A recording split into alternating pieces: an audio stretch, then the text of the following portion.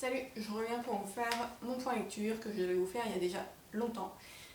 Et donc je le fais maintenant. Donc je vais vous présenter 3 livres. J'ai pas du tout préparé cette vidéo comme d'habitude, je suis pas coiffée. Enfin bref, voilà, on va faire comme ça vient. Donc ces derniers temps j'ai lu 3 romans, un roman historique, enfin non c'est pas un roman, un récit de voyage et un petit roman jeunesse. Donc c'est des livres que j'avais achetés cet été que je vous ai montré dans les précédents book hauls. Et donc je commence tout de suite avec le roman historique. Il s'agit de L'Oiseau des tempêtes de Serge Brussolo. Donc voilà, je l'avais acheté sur une braderie en Bretagne et j'avais été attirée par la couverture qui évoquait un peu des aventures de pirates, des choses comme ça, et puis par le résumé qui évoquait aussi ça. Et voilà, j'avais envie d'un petit récit d'aventure facile et rapide à lire. Donc de ce point de vue-là, ça a très bien fonctionné puisque c'est facile et rapide à lire, tout en étant bien écrit. Et donc pour vous parler un petit peu de l'histoire, donc on suit le personnage d'une jeune fille qui s'appelle Marion et ça se passe en France sous le règne de Louis XIV. Donc elle habite en Bretagne et en fait c'est une orpheline mais qui a été pas récupérée mais je trouve plus le terme, enfin adoptée par un baron, un noble donc qui vit en Bretagne dans un manoir et qui règne sur les terres alentours. Sachant que les terres alentours sont assez pauvres, donc le baron en question n'est pas très riche, il est plutôt sur le déclin, d'autant qu'il souffre d'une sorte de maladie mentale qui n'est pas très bien définie, mais qu'il aurait apparemment attrapé pendant qu'il était en Amérique, puisqu'il avait été envoyé en mission en Amérique pour tuer les Indiens en fait, et pour établir des colonies françaises. Et là-bas, en fait, il a été empoisonné et il est revenu en France en étant devenu un peu fou. Donc il a des hallucinations, il a des espèces de délires paranoïaques et de choses comme ça. Et donc ce baron, en fait, voyant que sa fortune est un peu en train de s'effondrer, qu'il n'a plus trop de ressources, etc., il décide de devenir pirate, enfin de s'acheter un navire et d'aller faire fortune sur les océans. Et donc pour ça, il récupère une carcasse de bateau qu'il entreprend de rénover, enfin voilà, de reconstruire pour avoir son propre navire et ensuite partir à l'aventure. Sauf qu'il y a des histoires comme quoi la carcasse du bateau serait maudite et en fait il se laisse convaincre par une personne dans son entourage pas très bien intentionnée que pour que tout se passe bien et pour que le bateau ne soit plus maudit, entre guillemets, il faudrait effectuer un sacrifice et ce sacrifice devrait être Marion. Donc voilà, ça c'est un peu le point de départ et donc pour échapper à ce sacrifice et ne pas être tué par le baron et son entourage, Marion va finir par s'enfuir et à partir de là il va lui arriver tout un tas d'aventures. Voilà, j'en dis pas plus pour pas trop dévoiler l'histoire. Donc comme je le disais, c'est un roman qui se lit vraiment très vite, c'est plein de péripéties, on s'ennuie pas du tout, c'est plein de rebondissements, il se passe Marion voyage, se retrouve emmenée à plein d'endroits différents, aussi bien en France que dans d'autres pays. Donc voilà, c'était très divertissant, très dépaysant, c'est bien écrit comme je le disais, le style est vraiment agréable à lire. Et puis toute l'ambiance un petit peu historique de l'époque est assez bien retranscrite, on est bien dans l'ambiance. Les personnages sont assez sympas aussi, ils sont pas extrêmement attachants, mais ils sont bien développés, enfin ils ont chacun une personnalité bien affirmée, chacun du caractère. Marion, comme je le disais, je ne me suis pas spécialement attachée à elle, mais j'ai quand même pris plaisir à suivre ses aventures et je me sentais assez impliquée dans ce qui lui arrivait. Et donc bah voilà, j'ai pris pas mal de plaisir à lire ce roman. Le seul problème, c'est qu'en fait c'était censé être un tome 1, donc il devait y avoir une suite et effectivement quand on termine le livre, l'histoire n'est pas finie, enfin voilà, on se doute qu'il doit se passer autre chose après, sauf que apparemment la suite n'a jamais été écrite, ou en tout cas jamais publiée, parce que j'ai cherché un peu partout sur internet et je n'ai pas trouvé de tome 2. J'ai l'impression qu'en fait cette série a été arrêtée à peine commencée, que l'auteur n'a jamais écrit la suite. Donc ça c'est un petit peu embêtant.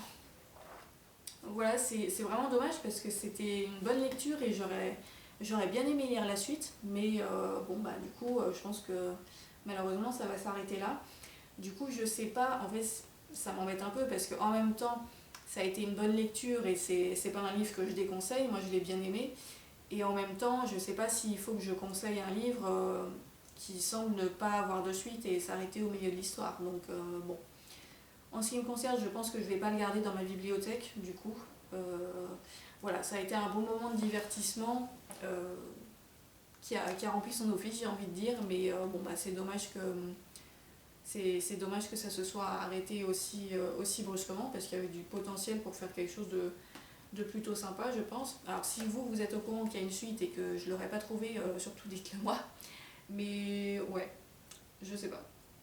Bon, en tout cas, c'était une lecture bien sympathique et bah, je suis contente de l'avoir trouvé d'occasion pour le coup. Et bah voilà, j'ai passé quand même un bon moment avec. Ensuite, j'ai lu donc un récit de voyage que j'avais également acheté en Bretagne. Il s'agit de Instinct de Sarah Marquis. Donc c'est marqué 3 mois seul à pied en survie dans l'ouest sauvage australien. Donc c'est un petit livre assez court. Sarah Marquis, c'est une écrivaine voyageuse qui a déjà écrit plusieurs livres. Celui-là, je ne sais pas lequel c'est. Ça doit être le 3e visiblement. Donc en tout cas, c'est le premier livre que moi je lisais d'elle. Et j'étais pas très sûre de savoir si j'allais aimer ce livre ou pas, parce que sur internet, quand je l'ai rentré dans ma bibliothèque Livre Addict, j'ai vu qu'il n'était pas hyper bien noté, qu'il n'avait pas des très bons commentaires. Et puis quand je l'avais feuilleté un petit peu rapidement, je vous avais dit ça dans mon book haul, il y avait des passages qui m'avaient paru un peu étranges, un peu développement personnel, mais un peu bizarre. Enfin bon, je savais pas trop à quoi m'attendre. Donc juste pour replanter le contexte, donc l'autrice raconte dans ce livre-là une expédition qu'elle a faite, puisqu'en fait elle est un peu comme Mike Horn, elle fait des expéditions à travers le monde qui sont financées et sponsorisées, et ensuite elle gagne de l'argent en faisant des livres et des documentaires, des choses comme ça sur ces expéditions. Et donc là, elle a choisi de parcourir une partie de l'Australie à pied, toute seule, sans avoir, enfin en ayant très peu de réserves de nourriture et d'eau, et en essayant de survivre avec ce qu'elle trouvait dans la nature autour d'elle. Donc voilà pour l'histoire. Et donc alors finalement c'est une lecture qui m'a pas déplu, même si effectivement c'est pas très bien écrit. En fait c'est raconté un peu bizarrement. Au début j'étais un peu perplexe parce que l'autrice en fait enchaîne enchaîne les péripéties mais très très vite, ce qui fait qu'on n'a vraiment pas le temps de se mettre dans l'ambiance. Enfin, elle nous raconte d'abord ce qui se passe juste avant le départ de son expédition, donc au moment où elle arrive en Australie, où elle commence ses préparatifs. Donc elle rencontre des gens, des aborigènes, etc. qui lui donnent des conseils, des choses comme ça. Elle prépare son expédition, quoi. Mais c'est raconté vraiment presque en coup de vent, quoi. C'est un peu en mode je suis allée là, puis après j'ai fait ça, puis j'ai parlé à un truc, on est resté ensemble pendant la soirée, puis après je suis repartie et tout. Et en fait, il n'y a pas de détails. Elle passe en fait tout très très vite, comme si elle voulait faire un résumé de tout ce qu'elle a fait, mais tellement succinct qu'au final, ça donne l'impression d'être un peu vide en fait, parce qu'il n'y a pas de détails. Elle nous dit à un moment qu'elle est allée discuter avec une locale, une personne habitant dans la région, qu'elles ont passé la soirée ensemble, etc. Mais elle ne raconte absolument pas le contenu de cette soirée en fait. Elle dit juste qu'elle est allée parler avec quelqu'un, mais elle ne dit pas de quoi elles ont parlé. Et ensuite elle passe à autre chose. Donc voilà, c'était des trucs un peu bizarres où je me disais, bon bah, c'est bien gentil de nous dire tout ça, mais du coup on n'en sait pas vraiment plus au final. Donc voilà, le début du livre était assez bizarre. Après, quand elle commence vraiment son expédition, c'était un peu mieux, parce que bon là, elle commence quand même un peu à décrire les paysages, à décrire ce qu'elle fait, etc. Alors c'est toujours assez rapide. Globalement, c'est pas extrêmement détaillé. Elle a tendance à un peu passer d'un sujet à l'autre. En fait, on sent que c'est pas très construit. Je sais pas comment est-ce qu'elle a écrit son livre. Visiblement, elle tenait un journal pendant son expédition et je pense qu'elle a dû pas mal s'inspirer de ce journal-là pour écrire le récit par la suite. Mais ouais, on a l'impression qu'elle passe d'un sujet à un autre sans vraiment de structure. C'est un peu voilà, au fil de ses pensées. Du coup, il y a un truc un peu bizarre, quoi. Il y a une espèce de flottement dans l'écriture où ouais, on dirait qu'il n'y a pas de base très solide dans la façon dont elle a écrit son livre. Et même dans la mise en page, ça se ressent aussi parce que si je peux vous montrer un exemple. Donc en fait, souvent, elle commence ses paragraphes avec une date. Où elle écrit la date, ensuite elle commence son paragraphe. Et des fois, il y a des trucs, alors là évidemment je ne vais pas en retrouver, mais parfois, voilà, en plein milieu d'un paragraphe, on a une sorte de carré comme ça, une sorte de case où elle fait un petit aparté.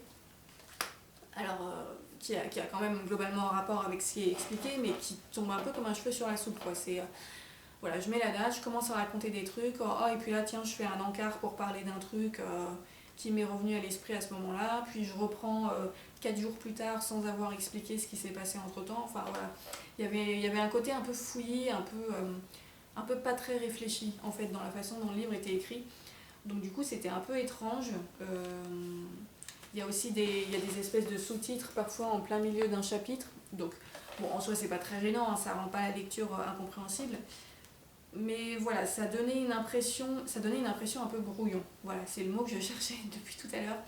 Ça donne une impression un peu brouillon au niveau de l'écriture. Donc voilà, et puis globalement, bon, le style d'écriture, bon, ça passe, mais c'est pas exceptionnel. Et alors j'ai décidé quand même de garder ce livre dans ma bibliothèque malgré tout parce que c'était quand même intéressant ce qu'elle racontait par rapport à ses expériences pendant son voyage, comment elle trouvait sa nourriture, les rencontres qu'elle faisait parfois avec les animaux, parfois avec des gens malgré tout, parce que l'Australie n'est pas totalement inhabitée. Donc voilà, c'était le récit de voyage en lui-même était quand même intéressant. Après, comme je le craignais, il y avait parfois des petits passages un peu... comment dire, c'est même pas de développement personnel, mais c'est où elle écrit un peu des espèces de grandes leçons de vie, mais qui en fait sont des évidences et sont des trucs. Ça faisait un peu genre conversation de comptoir, quoi, où d'un coup elle vous explique que voilà, manger en pleine conscience, s'ouvrir à la lumière qui est en soi. Enfin, c'est des trucs, je sais pas, j'avais l'impression d'entendre une personne qui essaye de donner des leçons de vie alors qu'en fait elle dit que des banalités au final. Bon, voilà, donc ça c'était pas très convaincant et je trouvais que ça rabaissait un peu le niveau du livre parce que bon, ça fait un peu genre je vais vous enseigner des trucs hyper importants alors que bon, voilà, c'était pas toujours si incroyable et pertinent que ça. Et j'avais lu dans les commentaires sur Libradic qu'il y avait des gens qui avaient abandonné ce livre parce qu'ils trouvaient que l'autrice était vraiment très très narcissique. Et c'est vrai que je comprends un peu ce point de vue-là. Moi, ça m'a pas gênée au point d'abandonner le livre. Mais c'est vrai que voilà, je pense que l'autrice effectivement est assez centrée sur elle-même. Peut-être un petit peu trop par moment. Mais néanmoins, c'était un récit de voyage plutôt intéressant qui se lit facilement, assez vite, c'est plutôt court. Si ça avait fait 600 pages, honnêtement, je ne sais pas si je l'aurais fini, mais là ça va. Et puis il y a un petit cahier avec des photographies au milieu, donc ça c'est toujours sympa pour visualiser un peu ce qu'elle raconte. Voilà, donc clairement c'est pas au niveau des livres de Mike Horn, mais bon, c'est un petit récit de voyage sympa, donc je vais le garder. Après, c'est pas dit que je lise d'autres livres de cette autrice. À voir, peut-être si je tombe dessus dans des vides-greniers, peut-être que j'en prendrai, mais voilà, je pense pas que j'irai les acheter neufs, quoi. Et donc pour finir, j'ai lu très rapidement un des petits romans jeunesse que j'avais acheté cet été, c'est Un chair de poule, La fille qui criait au monstre, donc de R.L. Stine bien sûr. Donc voilà, j'en avais acheté 3, donc là c'est le deuxième que je lis. Et donc ça parle d'une jeune fille, enfin d'une adolescente de 12 ans qui habite dans une toute petite ville aux États-Unis et qui pendant les vacances d'été doit aller une fois par semaine à la bibliothèque parce qu'elle a un programme avec le bibliothécaire qui lui donne un livre à lire par semaine. Et un jour elle découvre par hasard que le bibliothécaire est un monstre, comme on peut le voir sur la couverture. Et donc elle essaye de prévenir ses parents, elle essaye de prévenir tout le monde, mais évidemment personne ne la croit. Et donc elle va essayer de trouver un moyen de prouver qu'elle ne raconte pas de mensonges et qu'elle a vraiment découvert un vrai monstre. Voilà. Alors, en fait, je me souvenais particulièrement de la couverture de ce livre parce que je trouve qu'elle est vraiment pas mal cette couverture. Et quand j'étais petite, c'était une couverture qui me faisait assez peur. Et même là, en la regardant encore aujourd'hui, je trouve qu'elle est plutôt bien réussie dans le genre flippant. Donc c'est pour ça que je l'avais rachetée sur la braderie quand je l'avais vue, c'est parce que je me souvenais de cette couverture. Après, je ne me rappelle pas ce que j'avais pensé du livre à l'époque où je l'avais lu enfant. Mais là, en tout cas, en le lisant à l'âge adulte, j'ai été un petit peu déçue, malheureusement, par l'histoire, puisque Ouais, autant le Chair de poule que j'avais lu précédemment, Bienvenue au parc de l'horreur, j'avais passé un très bon moment en le relisant. Autant celui-là, je dois dire que je me suis un peu ennuyée. Pourtant c'est court hein, et c'est pas difficile à lire, mais je sais pas, il y avait quelque chose dans l'histoire qui était un peu poussif. Ça mettait un peu de temps à. Enfin, les choses mettaient un peu de temps à arriver, je trouvais. Et ouais, c'était pas. Je sais pas, j'ai pas été emballée en fait par l'histoire. Voilà, je le lisais, mais au bout d'un moment, je le lisais un peu vite quoi, pour le finir et sans me sentir hyper impliquée dans l'histoire. Et puis, ouais, en fait, je trouvais peut-être aussi qu'il y avait un côté un peu caricatural, je sais pas. Enfin, il y a quelque chose qui m'a un peu gênée et qui a fait que j'ai pas vraiment réussi à me mettre dedans. Et surtout, j'ai été assez perplexe par rapport à la fin. Alors, sans dire de quoi il s'agit, mais ouais, la fin arrive vraiment comme une fleur. J'ai trouvé que c'était assez incohérent. Enfin, ça fait vraiment genre l'auteur savait pas comment finir son histoire et du coup, il a inventé un truc, mais qui. Enfin, je trouvais que ça tenait pas debout en fait.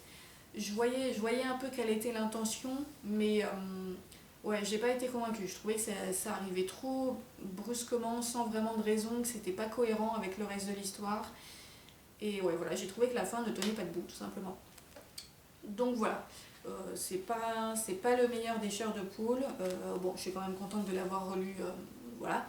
Mais ouais, c'est pas un que je garderai. Et c'est pas forcément celui que je conseillerais du coup, même s'il a une très chouette couverture. Voilà donc pour les 3 livres que j'ai lus récemment, là j'ai pas encore commencé de nouvelles lectures, mais je sais déjà laquelle ce sera. Je l'ai pas là avec moi, mais je vais lire Le Totem du loup, qui est aussi un livre que j'ai acheté cet été, qui est un roman contemporain qui se passe en Mongolie, par un auteur chinois. Donc voilà, lui c'est un assez gros livre, donc je pense que je vais mettre un peu de temps à le lire, et je l'ai pas là en fait, parce que la blague c'est que quand j'ai commencé à le feuilleter un peu il y a quelques jours pour me choisir si j'allais lire ce livre-là ou pas, en fait j'ai trouvé des sortes de petits insectes entre les pages.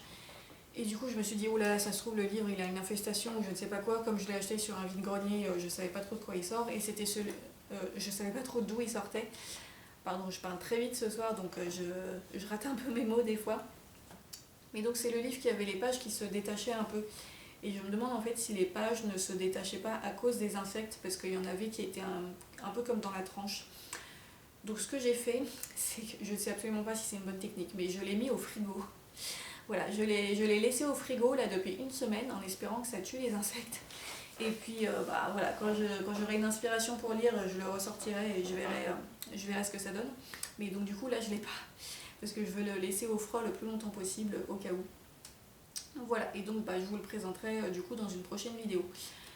Faudrait aussi que je fasse des revues de jeux vidéo, parce que j'en ai fini plusieurs en fait depuis que je vous ai fait la revue Plague Tale.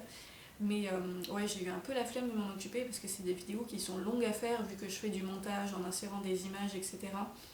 Donc voilà, j'ai pas encore réussi à me motiver pour le faire, mais bon, faudrait. Parce que j'ai terminé Ghost of Tsushima qui a été vraiment excellent. Il est dans mon top 3 de mes jeux préférés. Et puis j'ai joué aussi à Assassin's Creed Mirage, le tout dernier qui est sorti, qui lui était sympa mais m'a un petit peu déçu dans le sens où je l'ai trouvé trop court. Voilà. Et là en ce moment je suis en train de jouer à God of War Ragnarok qui est très bien aussi. Donc voilà, il va falloir que je vous fasse un point jeu vidéo bientôt si j'arrive à me motiver. Et donc bah, en attendant, je vous souhaite de bonnes lectures, un bon week-end et je vous dis à la prochaine. Salut!